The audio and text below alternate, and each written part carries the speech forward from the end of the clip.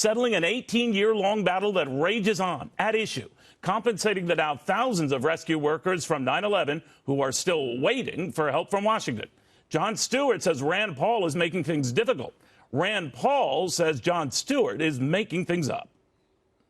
Well, look, I know Jon Stewart, and Jon Stewart is sometimes funny, sometimes informed, but in this case, he's neither funny nor informed. I've spent my entire Senate career putting forward pay-fors for any time spending is expanded. As soon ago as 2 weeks ago, I put forward a pay-for for the border funding. I put forward a pay-for the disaster funding. I do this on every new bit of funding. So he's really not informed, and his name-calling just sort of exposes him as a left-winger, part of the left-wing mob that really isn't using his brain and is willing to call people names. And it's really kind of disgusting because, see, he pretended for years when he was on his comedy show to be somebody who could see both sides and see through the BS on both sides. Well, now he is the BS. The BS meter's through the roof when you see him calling people names, calling people an abomination, when I'm asking something very reasonable, that an amendment be included to consider whether we should pay for this, for taking money somewhere else in the budget. Doesn't actually reduce the deficit, it just keeps the deficit from getting bigger.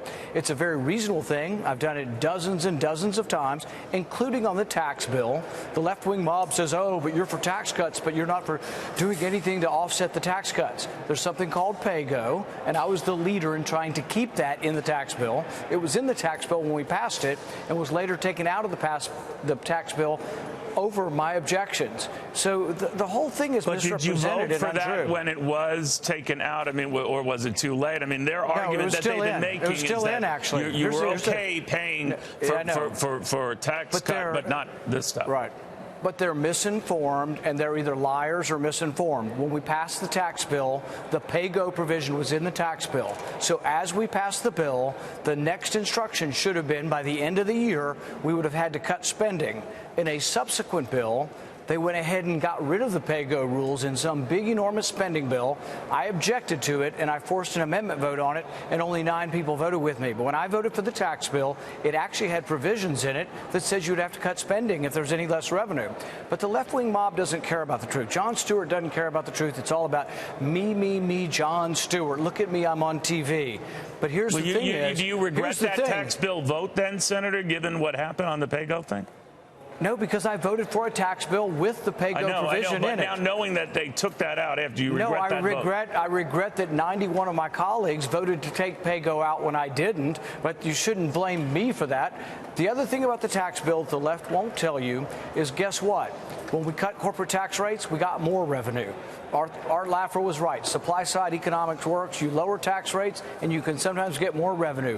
Revenue went up after the tax cuts. The deficit did too, but because we refused to address spending in this town. And what I don't like about this, about the lies and the ad hominem attacks from Jon Stewart and Kirsten Gillibrand and the whole left-wing mob, is they are telling a lie. I've consistently been for spending cuts, even on tax bills, and I'm going to offer one on this bill also. No matter how good the cause is, we should offset the spending. It makes no sense to borrow money from China to give it to money, no matter how good the idea is. But if you don't offset it, are you, Rand Paul, saying you will not vote for this? You will not vote for this measure? I don't vote for any spending that's not offset. I didn't vote for the border spending recently, even though I support more money for the border, because the responsible thing to do is to take that money from somewhere else in the budget. So I have consistently voted against spending bills if they are not budgetarily neutral, and if we don't expand the deficit. I won't vote for it. We have a $22 trillion debt. We're borrowing more than almost $2 million every minute, and I've consistently sounded that theme. And what is really disgusting is people like Jon Stewart lie to the American public. People like Kirsten Gillibrand lie to the American public. I have been absolutely consistent from the get-go. I have forced like 4 or 5 votes this year on having offset spending cuts to new spending. I lose every time because Republicans and Democrats are terrible. Senator, if you stick to that, and it might be perfectly budgetarily meritable, but it's $10.2 billion over a decade. You've already said that if it is not paid for, they don't find some way to pay for that money, then you would not support this measure, right? But it's worse than that, Neil. It's not $10.2 billion over 10 years. It's about $2 billion a year every year until 2092. There is no limit. This is the thing. This bill is completely irresponsible. You know what it says for how much money we're going to spend? Such sums as are necessary. So if Jon Stewart could read, maybe he'd read the bill and say, oh, my God, who in their right mind would vote for a bill that doesn't have a dollar amount in it? It has no dollar amount. But there's no way of knowing, right? Isn't that part of the problem? Because there was no way to forecast these illnesses and sicknesses that came as a result. We do this on disasters, too. So we just make up an enormous number. What you would do if you're responsible is you'd allocate it for 3, 4, 5 years and come back and reassess it. That's a responsible way to budget. But to have an open-ended thing that goes to 2092, really? We're going to have a spending bill that says you spend whatever you want until 2092. It doesn't matter how good the cause is. It's irresponsible.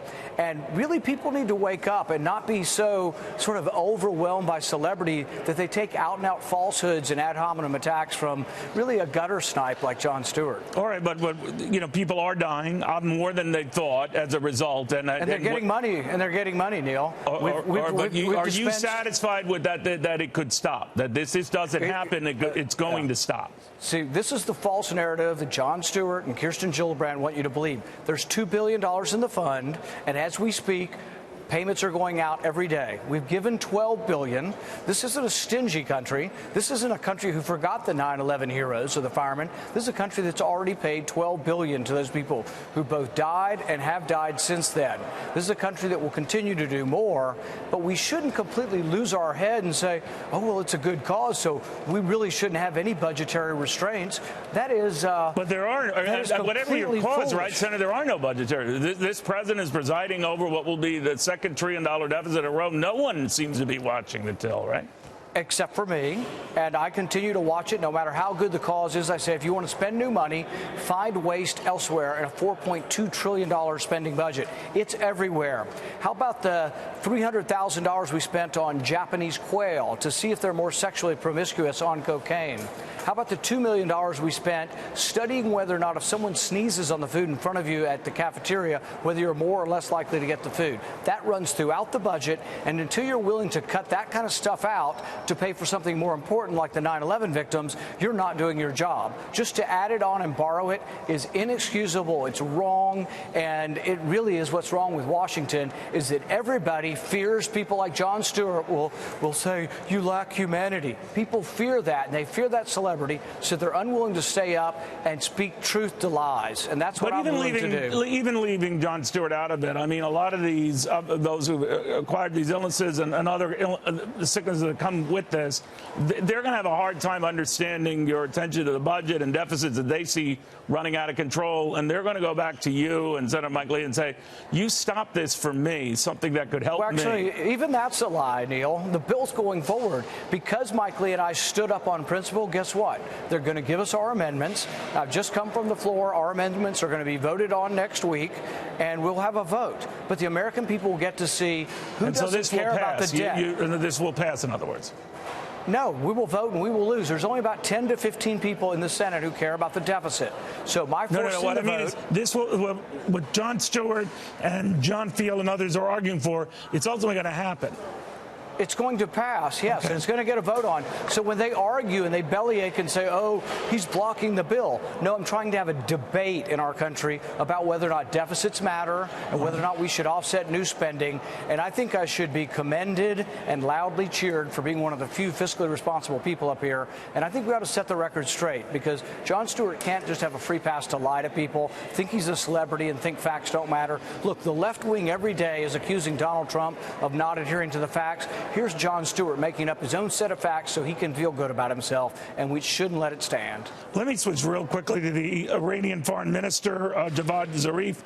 You are apparently open to meeting with him. We heard the president today saying he doesn't know too much about it, but he's open to something like that.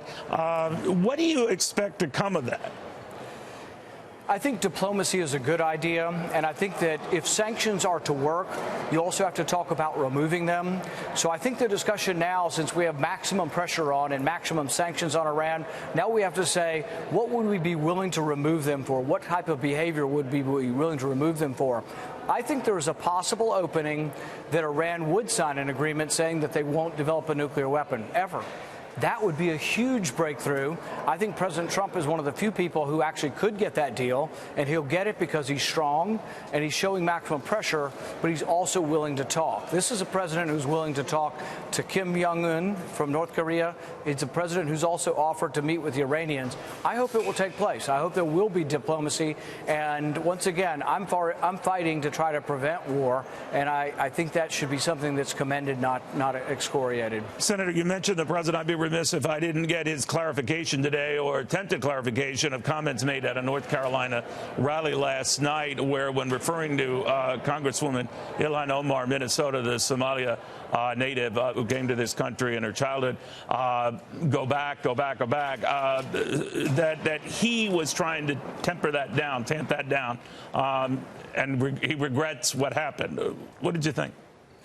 You know, I've met a lot of people from Somalia, from Bosnia. In my town, we have a lot of refugees. I treated many of them as patients. Many of them are good people, have integrated in our community, become business owners, restaurant owners, trucking company owners, and are good people. And so I see the good side of refugees who appreciate what a great country we have.